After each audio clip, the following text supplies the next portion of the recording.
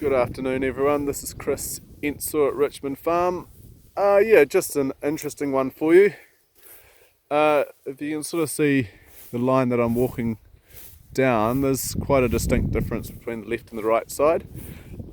This is a paddock that when it was really dry, we sowed a multi-species mix into just drought pasture. The pasture crop wasn't a great success, but it still gave us a bit more feed over the winter, and we grazed it in 4 lots. What you can see here is the division between the sleep, and the next day. So it's a bit more distinct if you look back into the sun. You can really see a difference between the growth. I saw this the other day and I was so curious I thought I'd bring the plate meter out and do a bit of an assessment. So I'll try to remember the figures. What we've got on this side, my right, is 2,400 kilograms dry matter. This side, 2,900 kilograms dry matter.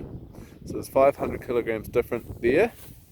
This end of the paddock, because the water source is behind me, is always a poorer performer because the stock spend more time down this way and they camp in the afternoon shade down that end, and the water point is just over there, and they also camp in the shade under those willows there.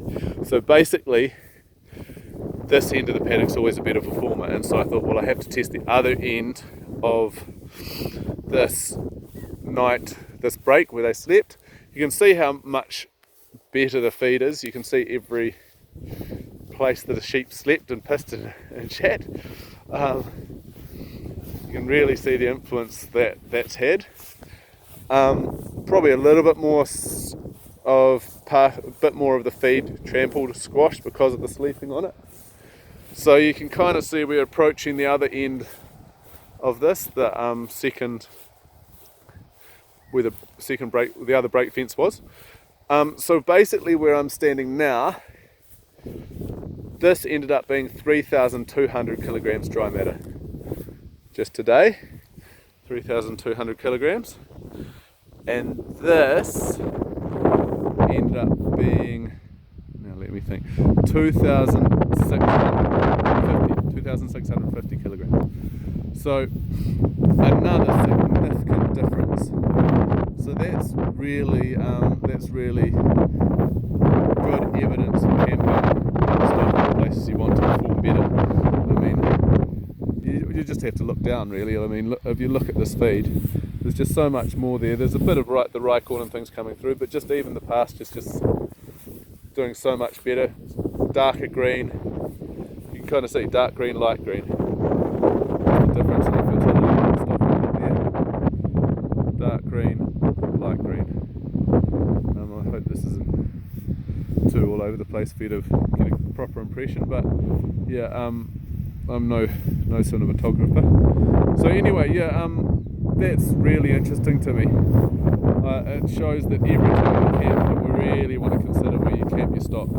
You can see a few of the faba bean there, a few bit of vetch, lupin, a few things coming through from that mix. The lupin's going to flower there.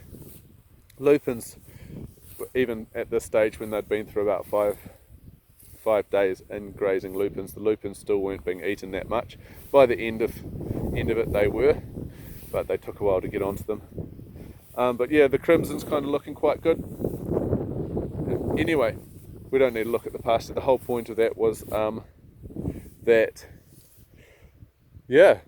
difference in the camping. Really think about when you camp your stock, I guess is the moral of the story. Yeah, look at the feed, it's great. Yeah, we're on the 9th of October today. This paddock is flood prone, so it hasn't been grazed early spring and hasn't had any lambs set stocking on it. That's why it's looking so good. Well, there's so much feed here, but they'll be coming in here, the ewes will be coming in here tomorrow, and we're going to fence it long ways. You can see that I've just tracked it out there.